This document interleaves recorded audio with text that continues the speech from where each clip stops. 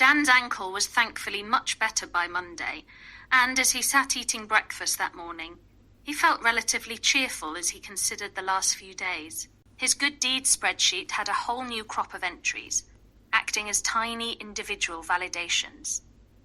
The flat on Whitecliff Road was newly painted throughout and ready to be let again. It had been raining overnight, but the sun was shining once more, casting golden streaks of light on the last wet drops that speckled the windows. He topped up the bird feeder recently, and it now provided a buffet to a whole host of feathered visitors. He watched them as he ate, appreciating the free show. Back when he'd been an office drone, he'd never had time to sit and contemplate anything other than the news on his phone or the list of meetings he had lined up that day before heading out the door. A different sort of agenda lay ahead of him this week. There had been 3 new calls waiting for him when he checked the messages on Patrick's business phone earlier, all from Rosemary, his most demanding tenant.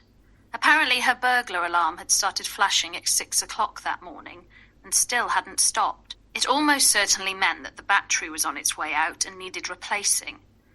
But she had sounded increasingly worried with each message, and he had a feeling that the calls would keep coming until he went to deal with it.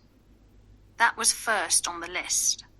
Later, he needed to chase up Patrick's accountant about the VAT bill.